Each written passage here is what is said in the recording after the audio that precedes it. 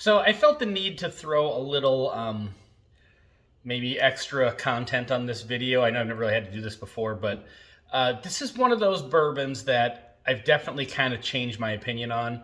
We recorded this video a couple of weeks ago, and so I've kind of been sipping my way through the bottle. You know, I had a couple pours last weekend. And my opinion is definitely a little bit different than it was in the video. So anyway, check out the video, and if you don't watch the whole thing, skip to the end, and I'll give you a little updated kind of, where I'm at with it now. Cheers. Hey everybody, welcome back to the Bourbon Note. I'm Greg. I'm Ben. And today, we're drinking bourbon.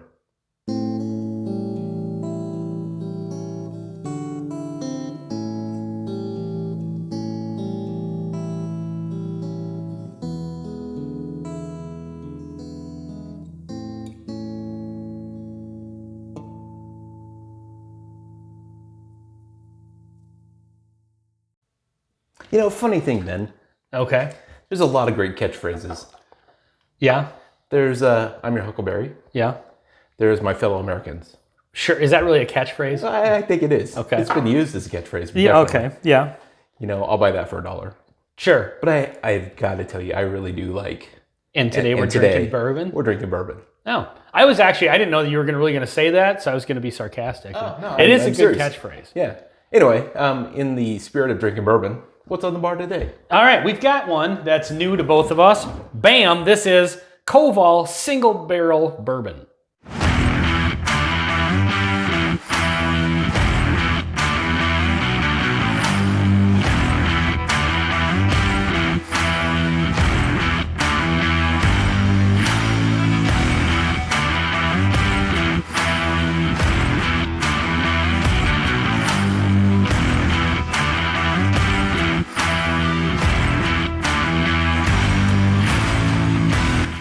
So, this one is from Chicago. Let me tell you what I know about it. That's about what I know about it. I know it's from Chicago because it says distilled in Chicago. Then on the back it says distilled and bottled by Koval Inc. in Chicago. So then maybe somewhere else it'll say distilled, aged, and bottled, but I don't see that anywhere. So presumably they're distilling this and then aging it someplace else. Otherwise, why wouldn't they put... I don't know. I think there's supposed to be some requirements of how labels should be done, and nobody seems to follow them. That's true. It's weird. So presumably this is Chicago-y. Yeah. Nice cork pop. Rubber cork. Rubber. Synthetic Interesting. cork. Yeah. So yeah, I don't know anything about this. I don't know what to age expect. Statement, or No, but it's also not saying it's straight bourbon, so it doesn't have to have this could be 6 months. But it does have a decent color to it. I was thinking it's light-ish, but not. Yeah, but not bad. I mean, it's not strained through a dish towel, but it's. So the only thing that I have ever heard of this is that a friend of ours, Sean, said that he tried it and it wasn't bad. Okay. And that is all the endorsement you need. Yeah. So, on the nose, right off the bat, it was nice. Let me get this bad boy in there. Oh, well. Yeah, it's really nice, actually. It comes alive in the glass. It's yeah, good wood char. This, I think, right off the bat on the nose falls into that category of a kind of a down the middle bourbon, but a great amount of flavor. It almost comes across as MGP-ish. I would think, yeah, that would be my guess if I were blind. Yeah. And if I were blind, I don't know if I'd be doing this channel, but you never know. You can still taste. Yeah. Yeah, really. Definitely like spicy brown sugar. Like caramel. Kind of just the basic bourbon. But really aggressive and interesting notes. And it doesn't come across youthful or grainy. Not yet. Like that. So, all right, let's give her a whirl here. Right. Cheers.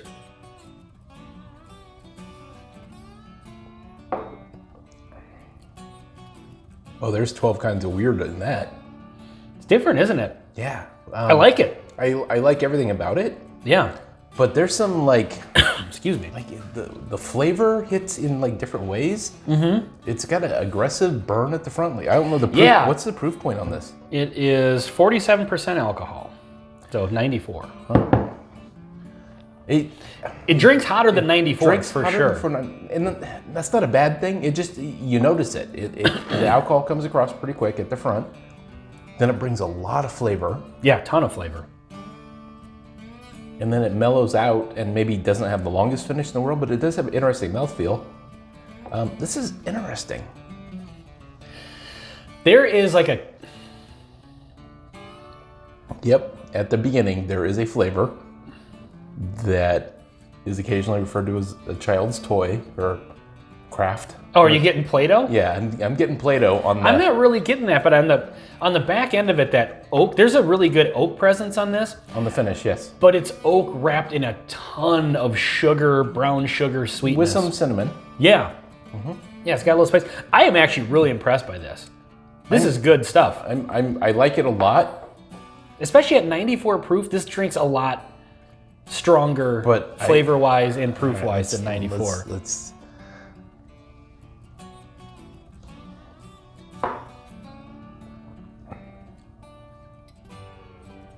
There's a flavor at the beginning that is off-putting.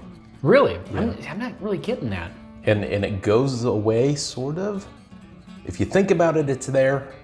Well, now you told everybody it's there, so now they're gonna, you just ruined this bourbon for everyone. No, I mean, taste is subjective. Yeah. But there's something about this that is, I don't love, but there's a ton of other things about it I really, really like. So this one's hard for me. Like, this is a buyer beware, enter at your own risk kind of thing, because... I don't think it's that out of balance with just a standard. I think if you like bourbon, you're probably you're not gonna hate this. Right. Yep. So it was $40. Okay. Fair. Yeah. So there's a lot worse you could do with $40 in the bourbon game, and especially in kind of smaller, lesser known distilleries. Yeah. And yeah, they're distilling their own product. It, like I said, it doesn't say anything about aging. Like, I don't know. Is this maybe like the pot still kind of note? It's similar-ish to what I get off pot still stuff. See, I'm not really getting that.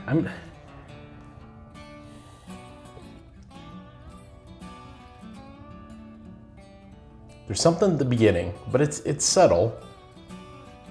For the most part, this really drinks like a kind of down the road, down the middle of the road, typical bourbon. That's maybe a little bit above, the proof is a bit forward. Yeah, I think it really packs a lot of punch in a good way. Yep. But yeah, there's just that one note that I just kind of notice. I'm getting that nice warm cinnamon on it now. Yep. I will definitely not have a problem killing this bottle. Oh, yeah. I mean, this is going to be an evening sipper. Totally. That I'll definitely keep going back to. They've got a bunch of different stuff, like different kinds of whiskey. One that they have that I saw is an oat whiskey, and I've never had that before. I've never even seen that before. So given that their bourbon is pretty good, it makes me a little more confident in trying. Seems like the distillery knows what they're doing. Yeah, spending the $40-$50 on an unknown thing. And that's kind of what this was. I mean, honestly, if Sean hadn't recommended, I may have just passed it by. Sure. Because it's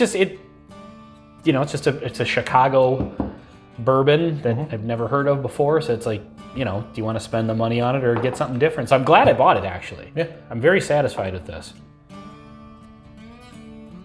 I wonder what the mash bill is. Like, on one hand, I'm getting some sort of weeder notes from it. Like, I could be totally wrong about that, but that warm cinnamon that I've gotten on a couple of other smaller craft distillery weeders that we've done, that's kind of showing up on here now, so it's kind of reminding me of that. Yeah.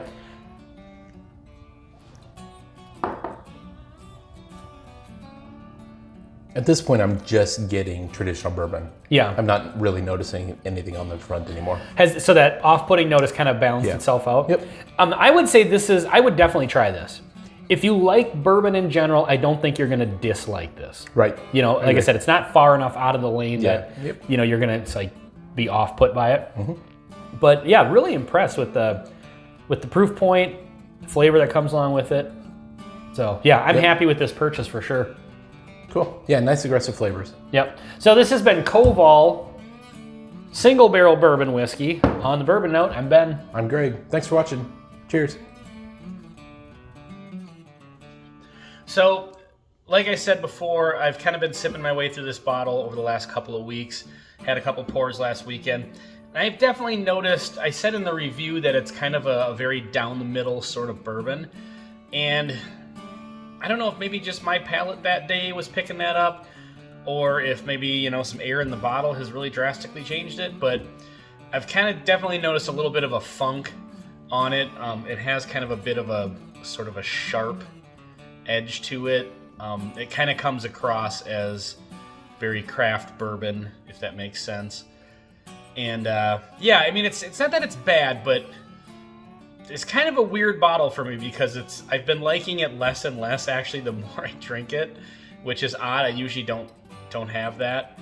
And again, it's not bad, but when I said that if you like just a good down the middle bourbon and you're a bourbon fan, you'll probably like this. Take that with a grain of salt because again, maybe my palate was just that day it was tasting really good and ever since then it hasn't. But yeah, it's got like almost a little bit of a youthy note to it. It's got a little bit of a sour kind of aspect to it, I guess. So anyway, I just wanted to throw that in here because this is just kind of a weird bottle for me because I usually don't have that experience where they kind of change over time like that. But since I had kind of recommended this as a down the middle bourbon in the video, I kind of felt like I should maybe throw a little update on here. So anyway, hope you enjoyed the video. Cheers.